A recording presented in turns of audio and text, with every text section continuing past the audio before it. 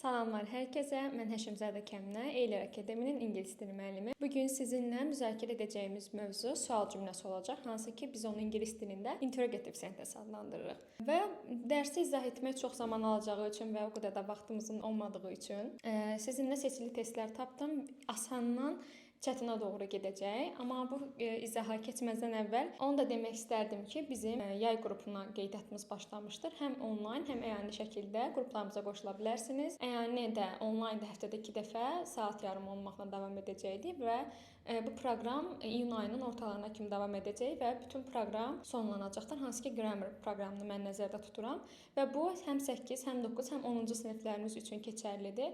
Daha çox mən əyani olmağı tövsiyə eləyərdim, amma onlayn qoşulanlar da təbii ki, əyanidən bir fərqi olmayacaq. Əyaninin fərqi odur ki, yəni face to face sizin başa düşməyəcəyinizi əyani şəkildə daha yaxşı anlayacağam. Ona görə yəni bu fürsəti qaçırmayın deyərdim, çünki tələbat olduğu üçün mən bu qrupu açdım və qeydiyyat başlayandan sonra artıq mən yəni dərs ilinin ortasında, yəni proqramın ortasında şagird götürsəm, düşünürəm ki, o şagird əvvəlki mövzulardan geri qalacaq. Yəni sizin üçün mənfi olacaq. Ona görə vaxt itirmədən aprel ayının ilk həftəsindən başlanılacaq qrupuma qoşulmağa tələsirsiniz və keçid edirik qaydamıza. Deməli, interrogative sentence-də fikir verir uşaqlar nəyə? Ümumiyyətlə biz öyrənmişik də xüsusi sual sözümüz olmalıdır. Sonra köməkçi feili, mübtədam və xəbərim. Əksər sual cümləsində bu formadadır. Gəlin indi baxaq. Okay, baxırıq A variantında. Choose the correct interrogative sentence-də when she reached home deyir. Düzdür? Mən sizə dedim ki, when-dən sonra köməkçi feilim gəlməlidir. Bax, heç vaxt sual sözündən sonra əziz tələbə yadda saxla ki, həmçinin də əziz gələcəyin tələbəsi, abituriyent yəni. When-dən sonra köməkçi feilin olmalıdır. Mübtəda heç vaxt olmaz. Əsas feil, yəni köməkçi, belə deyim, xüsusi sual sözümüz mübtədanı əvəz edəndə gələ bilər, amma belə heç vaxt birbaşa özündən sonra mübtəda gəlməz. Çünki bu sənin complete the sentence bölmən deyil, nəqli cümlə də deyil, sual cümləsidir. Ona diqqət et. Deməli, mən mübtəda olduğuna görə şeyləri çıxdım. When-dən sonra did gəldi. Diddən sonra gəlməlidir səndə mübtədan. Bax, birbaşa diddən sonra feil gəlib olmaz. D variantında çıxırsan, bunlar çıxmışdır. Qaldıq B-nə Y arasında. Yadda saxla, did olan yerdə idi, heç vaxt olmaz. Bax, o deyir evə nə vaxt çatdı deyirsən. Amma B variantının tərcüməsi bilirsən nədir? Deyir ki, o evə nə vaxt çatdıdı. 2 dənə D-yə ehtiyac varmı? Təbii ki, yox. Ona görə mən burada idi şəkilçisini atacağam. Yaxşı, variantım olacaq Y variantı. Yəni bunu belə yadda saxlayın. Həmçinin burada does olsaydı da reach-in sonundakı S şəkilçisində atacağıq, ona diqqət edin. Yəni burada zaman bilimimiz önəmlidir. Növbəti 14-cü sualda xüsusi sual sözün how long-dur. How long-dan sonra nə gəlməlidir? Sənin köməkçi feilin. Bax, D artiklı gəlib, əsas feilin gəlib yanlışdır. Çünki how long heç vaxt mübtədanı əvəz edə bilməz. Bunlar çıxdı. How long-dan sonra did gəldi. Diddən sonra sənin mübtədan gəlməlidir. Sonra sənin xəbərin, əsas feilin gəlməlidir. Ona görə variantım D-dir. Y variantı nəyə görə olmadı? Last davam etmək mənasında belə deyək uşaqlar. Ümumiyyətlə do-dur, does-dır, did-dir. Bunlardan sonra birbaşa feil gəlməz. Necə olacaq? Bunlardan sonra, yəni bu do-dur, does-dır, did-dir. Bunlardan sonra mübtədam gələcək. Mübtədamdan sonra feilim gələcək. Yaxşımı? Əsas feilim gələcək. Buna diqqət edirik. Yaxşı. Keçdik. Növbəti suala 14-də qalmışdıq. Sıra ilə gedək. 14-dən sonra baxaq burada 33-cü suala. 33-də də deyir bizə ki, düzgün sual cümləsini tap. How much luggage? Okay, burada tamamlığa sualdır. Nə qədər yük mənasında. Baxın, how much luggage hamısında eynidir. How much luggage-dan sonra yenə mənim dediyim qayda. Köməkçi feilin və mübtədan və xəbərin. Bax, köməkçi feil deyil, getdi. Köməkçi feil deyil, getdi. Köməkçi feildir. Bu isə doğru gəlir. Sonra müəllimə mənə demişdi, mübtəda, xəbər gəlib getdi. Mübtədadan sonra xəbərin didlə idi olmayacağına görə C variantına çıxırsan. Variantın olacaq burada nə? D variantı. How much luggage did the porter carry 2 hours ago? Yəni D variantıdır. Okay, növbəti 33-ü də dedik. 33-dən sonra gəlin uşaqlar baxaq 35 və 36-ya. Hə, bu ən çox düşən və qarışıq nüanslardan biridir. Gəlin ona baxaq. Deməli, informed some about it. Səmə deyir ki, kim məlumat verdi? Inform some about it. Bax, sənin burada tamamlığın var. Bu sən burada mübtəda ola da bilər, olmaya da bilər. Yəni bütün variantları bir analiz edək. Yadda saxla və həmçinin də uşaqlara deyirəm, qulağınızda sırğa eləyin. Humu gördünüz. Humdan sonra mütləq sual cümləsində köməkçi feil gəlməlidir. Hum mübtədanı əvəz edə bilməz. Yaxşı. Ona görə o səbəbdən did olmalı idi 2-də. Hum, did, some inform olmalı idi. Ona görə 2-ni çıxırsan. Bax, dediyim nüans 3-də doğrudur. Köməkçi feilin, mübtədan və xəbərin. Doğru. Who did informed? Axı, mən sizə demişdim, didlə iydə olmaz, heç vaxt olmaz. Ona görə 4-ü də çıx. Deməli, birdəki tərcüməni edək. Who informed Sam about it? Bu haqda Səmi kim məlumatlandırıb mənasında bəli deyə bilərsən. Yəni, mübtədan who'dur, uşaqlar. Burada birbaşa əsas feilindir. Səbəb nədir? Who'nun burada mübtəda rolunda oynaması. Yəni, tamamlığı əvəz etmir. Ona görə variantım olacaq 1 və 3 D variantı. 36-ya baxıram. Humdan sonra mən nə demişdim? Dediyimi təkrarlayın, eşitmək istəyirəm. Təəssüf ki, eşidə bilmirəm. Yəni, mən nə demişdim burada? Nə demişdim? Humdan sonra nə gəlməz? Birbaşa mübtədan gəlməz. Sual cümləsində gəlməz. Complete sentence-də gələ bilərdi. Okay, sual cümləsində gəlməyəcəyinə görə çıxdım bunu, çıxdım. Biri çıxdım. A getdi, C getdi, D getdi. Who did want it? Axı, müəllimə mənə demişdi, didlə iydə olmayacaq. Okay, axı, müəllimə mənə demişdi ki, didlə iydə olmayacaq. Ona görə mən bu variantı da çıxacam. 2 yanlışdır. 2-də çıxdım. Variantım olacaq 3 və 4. Nəyə görə 3-dür? Humdan sonra bəli, köməkçi feili, mübtədan, xəbərim. Və burada kim deyir? Təhlükəyə görə beti xəbərdarlıq etdi mənasında. Bu mübtəda, bu da xəbərdir, bu da doğrudur. Ümumiyyətlə, yadda saxlayın. Who'dur, what'dur, bəzi hallarda which'dir.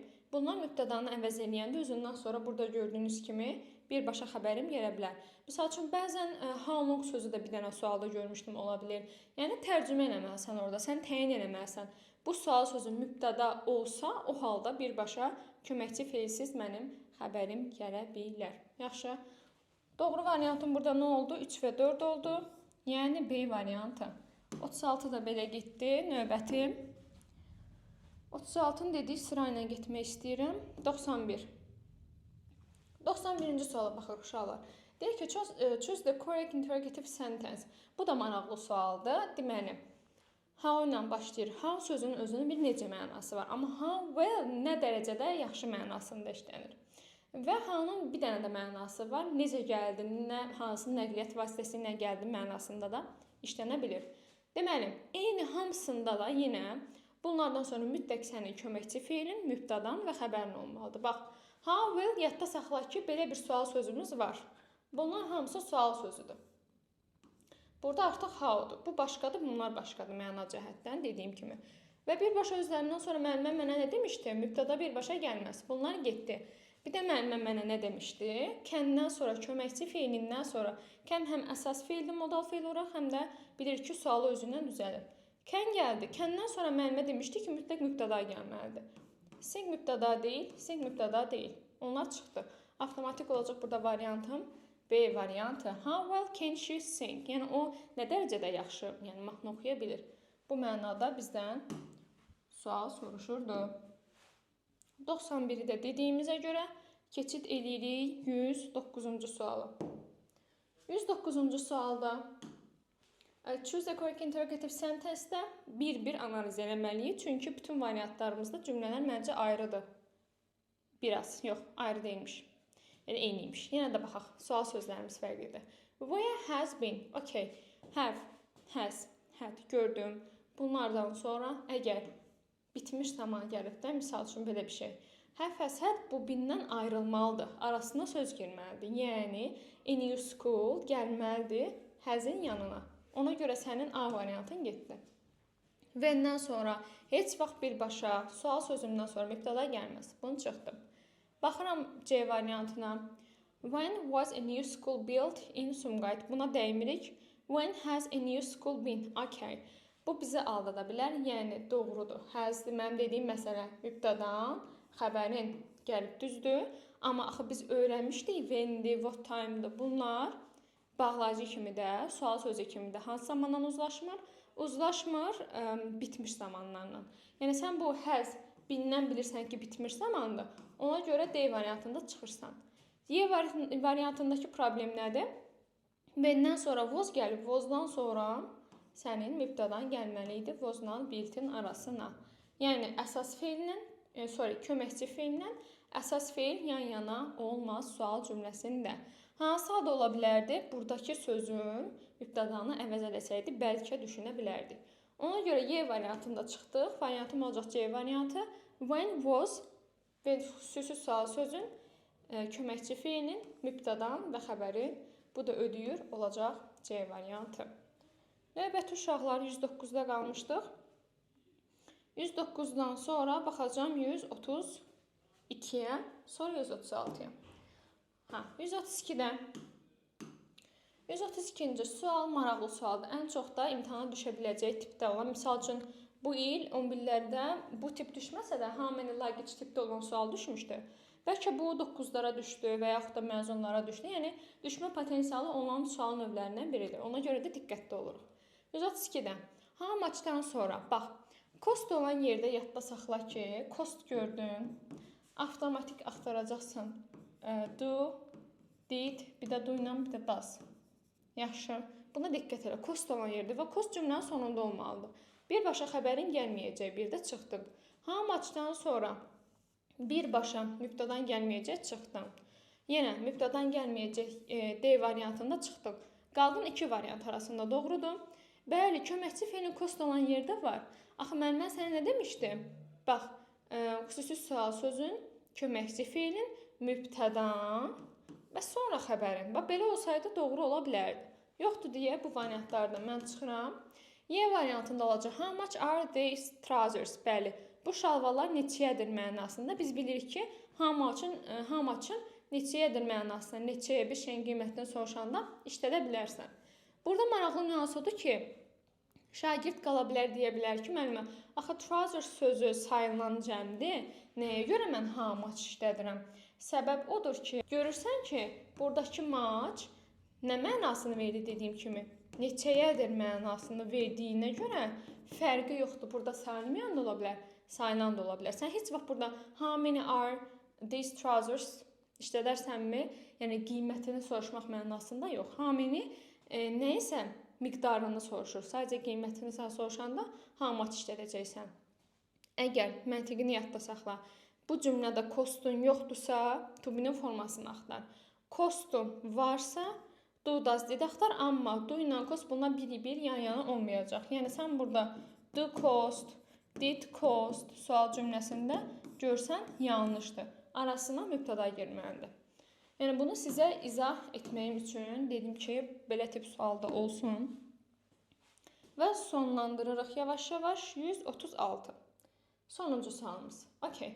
Baxırıq. I've bought a new car. Mən yeni maşın aldım. Okay, almışam. Baxıq suallara. How much does it cost? Okay. Baxırsan ki, does burada nədir? Düz deyirsən də, mənim cost var, does var, doğrudur. Sən düz deyirsən, amma ki, does-la s olarmı? Heç vaxt feilinin sonunda s olmaz. Ona görə A variantını çıxdın. Struktur cəhətdən yanlışdır.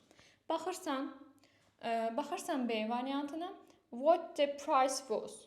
Burada nə anormallıq var? Anormallıq olan odur ki, birbaşa D artikel gəlib bir və was gəlməlidir what-un yanına. Yaxşı. Ona görə yanlışdır. What yerinə daha yaxşı olardı ki, elə how much işlənərdi. How much you paid? Okay, how much-dan sonra mübtəda birbaşa gəlməz, getdi. Sual cümləsidir çünki. How much it cost olmaz, birbaşa mübtədadır, getdi. Necə olmalıydı? How much does it cost olmalıydı? Yaxşı. Ona görə D variantında çıxıram. Bəli, Y variantım doğrudur. Mən nə demişdim? Bax, görürsən ki, burada cost yoxdur. Cost yoxdursa, yenə qiymətini də soruşursa, bu nədirsə, sən onu mütləq şəkildə to be ilə soruşmalısan. How much was it? Və yaxud da how much was your bag, for example. Onda da yenə də doğruydu. Amma how much does your bag cost deyəcəm. Orada çünki cost var. Cost olanda do, does, did. Cost olmayanda to be-nin formaları olacaq how much-la. Yaxşı. Ona görə diqqətli olursunuz və how much dediyim kimi nə mənada, neçə, nə qədər mənasında. Bildiyim qədərilə bütün sualları uşaqlar müzakirə elədim. Bir baxım. Okey, bəli, hamısını sizlə müzakirə eləmişəm. Belə uşaqlar. İnşallah ki, qısa izahımın sizə faydası oldu. Hər birinizə uğurlar arzulayıram və mütləq şəkildə, yəni bu izahımı 8-də Yəni imtahan verəcəyi 9-ları düzdür, amma 9-larıma da aiddir ki, növbəti tədris ilində sizə də faydası olacaq bir izahlarım olacaq, hansılar ki, dərsimə qoşulmayıblar. Qoşulanlar onsuz kifayət qədər məndən istifadə ediblər, dincələ bilərlər, amma qoşulmayanlara aiddir sözüm. Həmçinin xüsusilə də 10-cu siniflərdə belə deyim, onsuz ki, həyəcanlı günləriniz daha da yaxınlaşır, hansı ki, avqustdan tam rejimlə davam edəcəksiniz. Niyə də? Yəni sıfırdan bir qəribə formada, anidən yüklənmiş formada yox da, daha çox ingilis dilindən öz adıma deyirəm, rahat şəkildə ki, mən bu proqramı müəllimə ilə bir dəfə keçmişəm. İndi daha da onu möhkəmləndirəcəm və daha çətin tipli testlər işləyəcəm. Niyə də olmasın?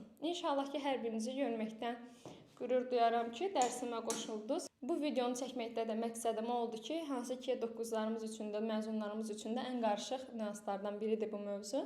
Həm onu təkrar etmiş olduq, həm də yay qrupu üzrə yenidən bir təkrarlatma elədim ki, mütləq şəkildə qoşulun və qaçırmayın bu fürsəti, hansı ki aprel ayının ilk həftəsindən biz dərslərimizə davam edəcəyik.